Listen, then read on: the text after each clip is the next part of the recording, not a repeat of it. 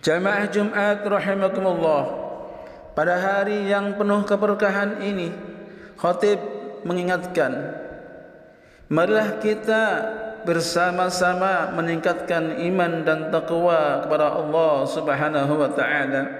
Salawat dan salam semoga tercurahkan kepada Nabi Muhammad sallallahu alaihi wasallam beserta keluarga, sahabat dan seluruh pengikutnya dan kita semua hingga akhir zaman.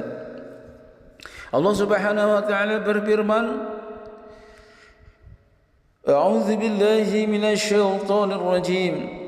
وَلَقَدْ كَرَّمْنَا بَنِي آدَمَ وَحَمَلْنَاهُمْ فِي الْبَرِّ وَالْبَحْرِ وَرَزَقْنَاهُمْ مِنَ الطَّيِّبَاتِ وَفَضَّلْنَاهُمْ عَلَى كَثِيرٍ مِّمَّنْ خَلَقْنَا تَفْضِيلًا.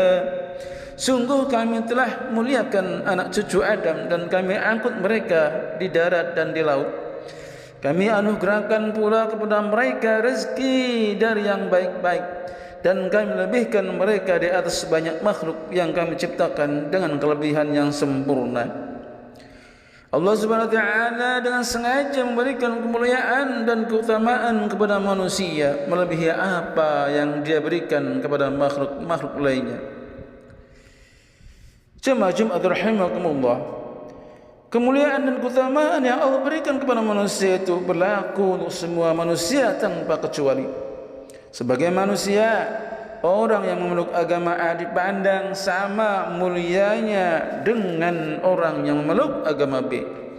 Orang yang berkulit hitam sama terhormatnya dengan orang yang berkulit putih. Orang yang berbangsa C sama mulianya dengan orang yang berbangsa D. Bahkan atas dasar itu manusia diberi hak untuk memilih apakah mau beriman atau tidak beriman dengan konsekuensinya masing-masing. Itu semua merupakan hak mendasar manusia yang dijamin langsung oleh Allah Subhanahu wa taala.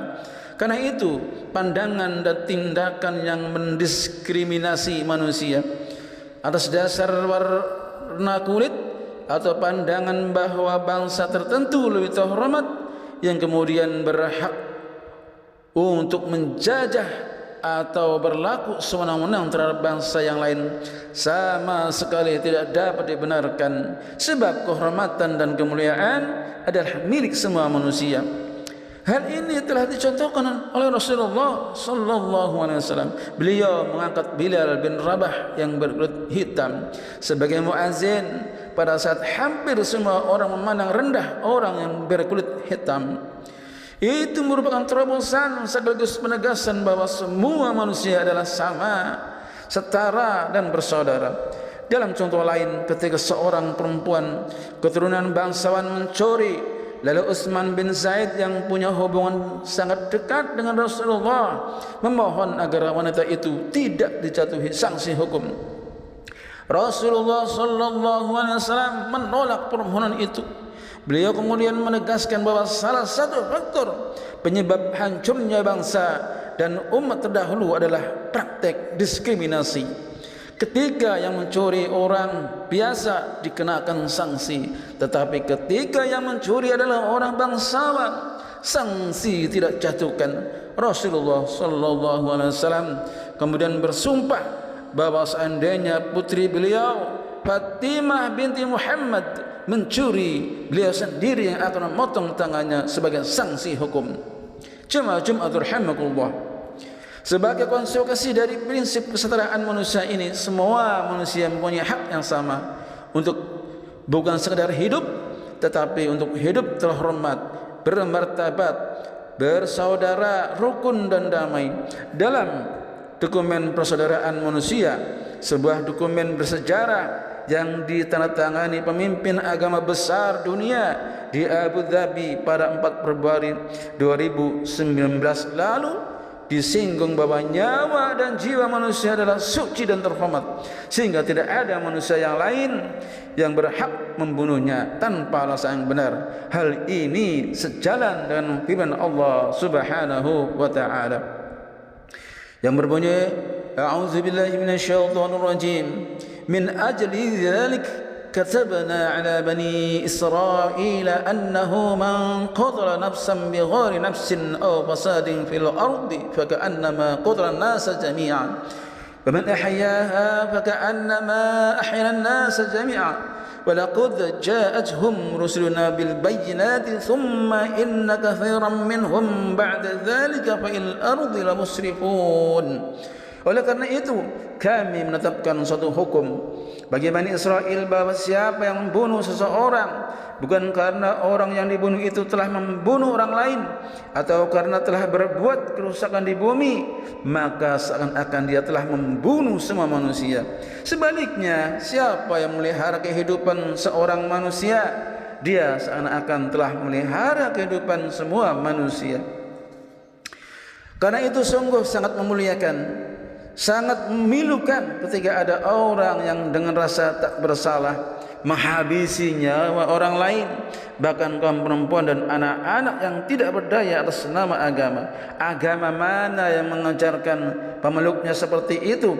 Apalagi agama Islam yang menghargai tindakan seorang perempuan yang memberi makan kucing agar tidak mati kelaparan dan menjadikan perbuatan itu sebagai penyebab dia masuk surga. Tentu mustahil membenarkan pemeluknya merenggut nyawa manusia lain. Jemaah Jumat rahimakumullah, dalam konteks ini Islam melarang melecehkan agama lain, melecehkan rumah ibadah dan kitab suci agama lain, menghina kepercayaan orang lain. Kita tetap harus menghormati keyakinan mereka. Ini ditegaskan di dalam firman Allah, A'udzu billahi minasy syaithanir rajim. ولا تسبوا الذين يدعون من دون الله فيسبوا الله عدوا بغير علم كذلك زينا لكل أمة عملهم ثم إلى ربهم مرجعهم فينبئهم بما كانوا يعملون. Janganlah kamu memaki sembahan yang mereka sembah selain Allah, karena mereka nanti akan memaki Allah dengan melampaui batas tanpa dasar pengetahuan. Dalam sejarah peradaban Islam, kita bisa menemukan betapa penerapan prinsip kebebasan beragama tanpa menghina dan melecehkan umat beragama lain itu telah menghasilkan sebuah bangsa yang bersaudara, maju dan berperadaban. Disebutkan misalnya ada warga beragama Yahudi yang menyalin dan memperbanyak kitab suci Al-Quran. Ada pula warga Kristiani yang menyalin dan memperbanyak kitab tafsir At-Tabari.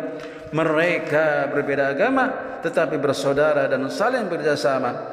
Jamaah Jumat rahimahullah, pada masa sekarang kita banyak orang tidak lagi peduli dengan nilai-nilai moral agama. Ketika dorongan mencari kesenangan dan keuntungan duniawi melebihi dorongan untuk bekerja sama dan saling membantu, kita sangat perlu menghidupkan kembali kesadaran akan nilai-nilai luhur persaudaraan manusia seperti yang diajarkan oleh Al-Quran dan dicontohkan oleh Rasulullah sallallahu alaihi wasallam. Kita perlu menghidupkan kembali nilai-nilai moral dan persaudaraan manusia. Perang yang masih terus berkecamuk di sana sini itu mengisyaratkan bahwa kita, keluarga besar masyarakat dunia, masih jauh dari ajaran agama tentang persaudaraan manusia. Semoga bermanfaat.